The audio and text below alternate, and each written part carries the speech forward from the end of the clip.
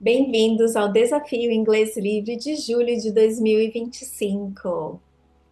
By Inglês Livre com Natália. Hoje estamos na história Letters from London, Part 1, nível intermediário, B1, dia 3. Let's go! Repeat, please. My name is Sophia, and I'm from Brazil. I've always dreamed of visiting London. And now I'm finally here. The city feels huge, full of life, and a little overwhelming.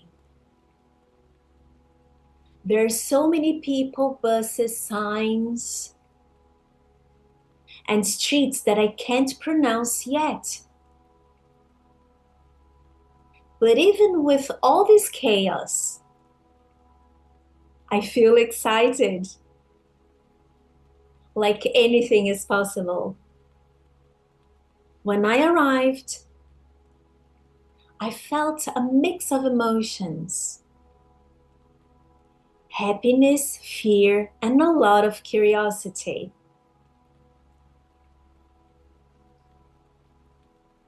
I'm staying in a shared house in the north of the city.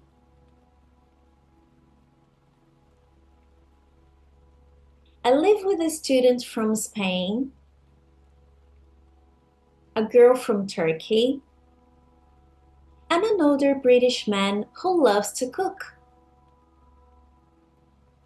My room's small but cozy.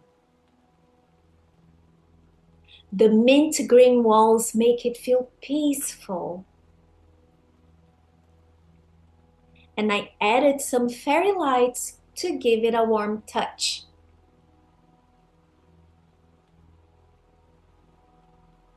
I also have a little notebook where I write one new word in English every day.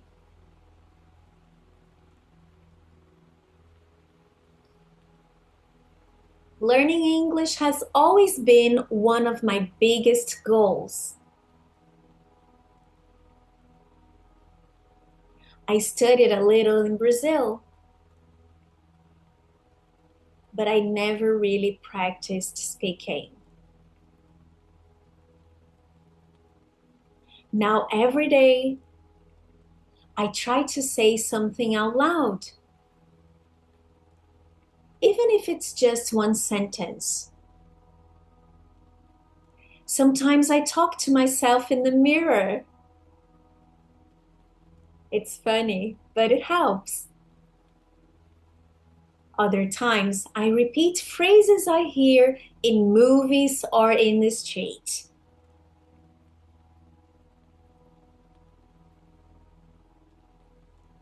There's a beautiful library near my street. I discovered it on my second day in London. Since then, it has become my favorite place. It's quiet, clean, and smells like paper and wood. I go there almost every morning, especially when it's cold and gray outside. London is often gray and drizzly. So I wrap myself in my turquoise coat and yellow scarf. Grab my cup of matcha tea and walk there slowly, enjoying the silence of the city before it gets busy.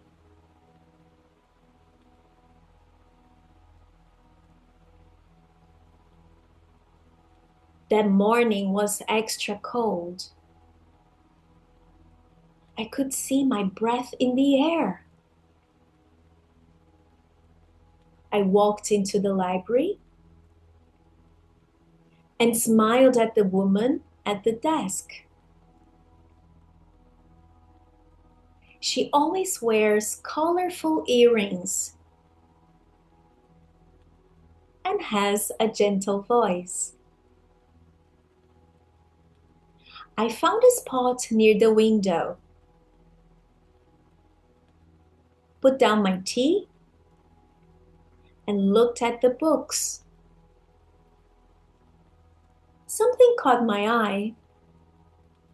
An old brown book hidden between two thick encyclopedias.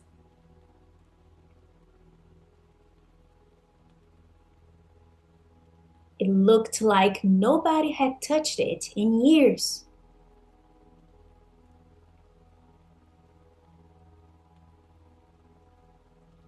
I picked it up and felt the cover. It was soft, almost like leather. The pages were yellow, and the smell reminded me of my grandmother's attic.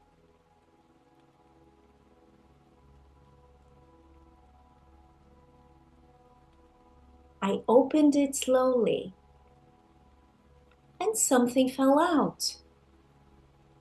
It wasn't a bookmark. It was a letter. A real letter. The envelope was light yellow, with a small flower drawn in the corner. And the paper was thin and delicate. I opened it carefully and started to read. The first line said, "My dearest Helena." My heart jumped. I didn't know who Helena was,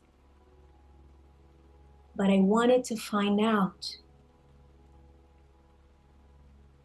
At the bottom of the page, the name Tim was written in beautiful handwriting.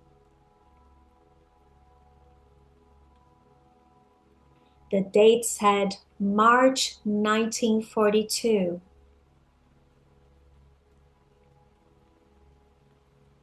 I felt a shiver. A letter from more than 80 years ago? Just waiting there in that old book. Who were these people? Were they in love? Was it a goodbye? Or maybe a secret no one ever discovered? I looked around. The library was quiet. Nobody seemed to notice me. I didn't know what to do. I felt connected to something bigger. I wasn't just reading English anymore. I was touching history.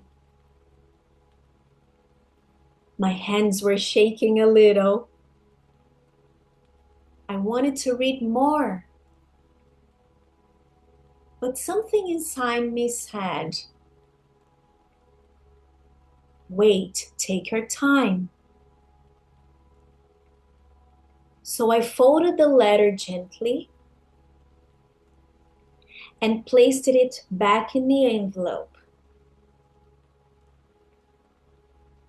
I put it in my bag and stood up.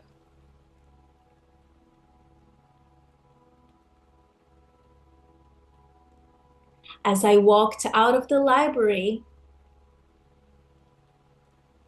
the cold wind touched my face. My mind was full of questions. Tomorrow I'll come back. I'll read the rest. and maybe I'll find out who Elena and Tim really were.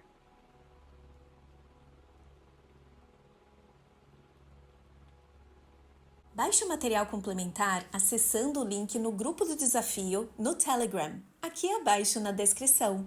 Bons estudos! Thank you for this dance, everyone. See you the day after tomorrow for our next practice. Bye!